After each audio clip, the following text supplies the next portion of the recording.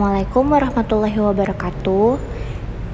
Kembali lagi di video pembelajaran kita kali ini. Saya akan menjelaskan tentang teorema 5.4.10 dan teorema 5.4.11. Nah, di teorema 5.4.10 berbunyi, misalkan I interval tertutup dan terbatas, misalkan pula ada sebuah fungsi dengan I menuju R kontinu pada I. Jika epsilon lebih besar dari 0, maka terdapat suatu fungsi tangga S epsilon dengan I menuju R sedemikian sehingga bahwa mutlak fx dikurang S elemen X lebih kecil dari epsilon untuk semua X elemen I.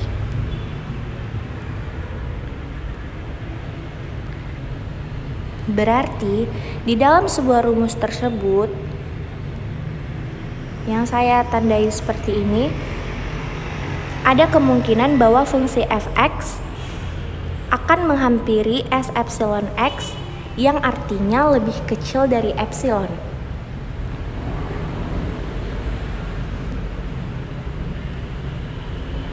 Nah, buktinya karena dari fungsi itu kontinu seragam, menurut teorema kekontinuan seragam di 5.4.3, maka berarti diberikan epsilon itu lebih besar dari 0. Terdapat delta epsilon itu berarti lebih besar dari 0. Sedemikian sehingga jika x, y elemen I dan mutlak x dikurang y lebih kecil delta epsilon, maka mutlak fx dikurang fy berarti lebih kecil dari epsilon. Misalkan interval A, B dan M elemen N cukup besar sehingga H mengakibatkan berarti B dikurang A dibagi dengan M itu artinya lebih kecil dari delta epsilon. Sekarang kita membagi pada interval A, B atau A menuju B ke dalam M interval yang saling lepas yang panjangnya adalah sebuah H, yaitu interval A, A ditambah H dan IK sama dengan A ditambah K dikurang 1 dikali H, A ditambah KH. Untuk itu, di sini tersebut bahwa nilai K dimulai dari 2 hingga M.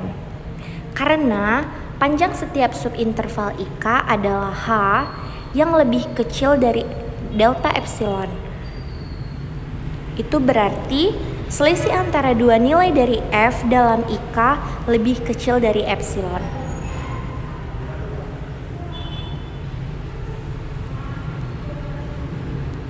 Karena panjang subinterval IK adalah H yang lebih kecil dari delta epsilon, perbedaan antara nilai F di IK berarti lebih kecil atau kurang dari epsilon. Artinya, didefinisikan berarti S epsilon X sama dengan F ditambah A ditambah KH untuk X elemen IK yang artinya nilai K dimulai dari 1 hingga M. Dengan demikian, maka S elemen pada IK adalah nilai dari F pada titik ujung dari IK. Perhatikan gambar di slide selanjutnya, yang akibatnya X elemen IK berarti mutlak Fx dikurang S elemen X sama dengan mutlak fx dikurang f dikali a ditambah kh yang artinya lebih kecil dari epsilon. Oleh karena itu, kita berarti mempunyai kesimpulan bahwa rumus mutlak fx dikurang s elemen S epsilon X itu berarti lebih kecil dari epsilon untuk semua nilai X yang terdapat di interval. Coba perhatikan contoh gambar di bawah ini. Itu artinya apabila sebuah rumus di slide sebelumnya berarti S elemen X ditambah F dikali A ditambah KH, seperti yang saya tandai tersebut. Coba kita mulai dengan nilai K sama dengan 1. Berarti apabila nilai K sama dengan 1, maka S epsilon X berarti A ditambah H. Kenapa A ditambah H? Kita substitusikan nilai K sama dengan 1 ke dalam rumus F dikali A ditambah KH. Apabila nilai K sama dengan 2, maka S epsilon dari X sama dengan A ditambah 2H. Seterusnya hingga nilai yang tak ditentukan.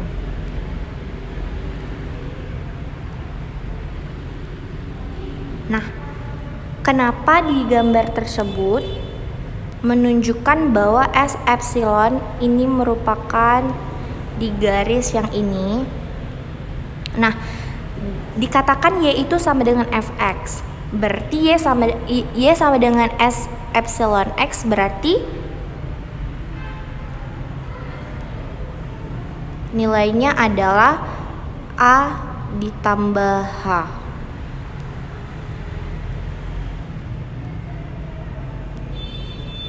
Seterusnya, begitu pula partisi yang selanjutnya. Nah, berarti ini nilainya adalah A ditambah 2H. Begitupun seterusnya, apabila kita masukkan atau substitusikan sebuah nilai yang tersebutkan di dalam aturan nilai K tadi, maka dia akan menuju nilai sampai titik-titik menuju si nilai B.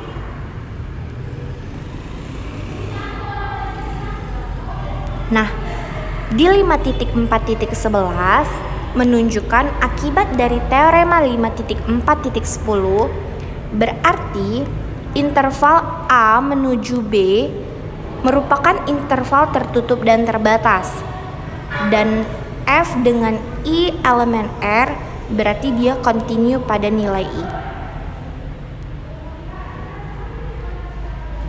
Jika epsilon lebih besar dari 0, maka terdapat bilangan asli M yang sedemikian sehingga kita dapat membagi interval I dalam interval M yang interval saling lepas dengan IK yang mempunyai panjang H sama dengan B dikurang A dibagi dengan M. Sehingga fungsi tangganya dapat kita definisikan memenuhi mutlak Fx dikurang S elemen X berarti lebih kecil dari epsilon untuk semua X elemen I. Sebelumnya mungkin belum pada mengerti apa itu juga artinya dari fungsi tangga. Nah, saya jelaskan sedikit. Fungsi tangga itu merupakan fungsi yang memiliki karakter dasar, tetapi dia tidak kontinu. Karena sering diperlukan sekali untuk mengaproksimasi fungsi-fungsi kontinu dengan fungsi sederhana. Yang sebagaimana kita akan menunjukkan bahwa kita dapat mengaproksimasi fungsi-fungsi kontinu tersebut dengan fungsi linear kontinu potong demi potong. Jadi seperti gambar di 5.4 ini. Ini sudah jelas bahwa di sini tuh terdapat nilai. Setiap nilainya di sini berbeda-beda ya, tergantung K-nya itu nilai K yang diminta yang berapa. Oke, sekian penjelasan video pembelajaran kali ini. Apabila ada kekurangan dan kesalahan, saya mohon minta maaf.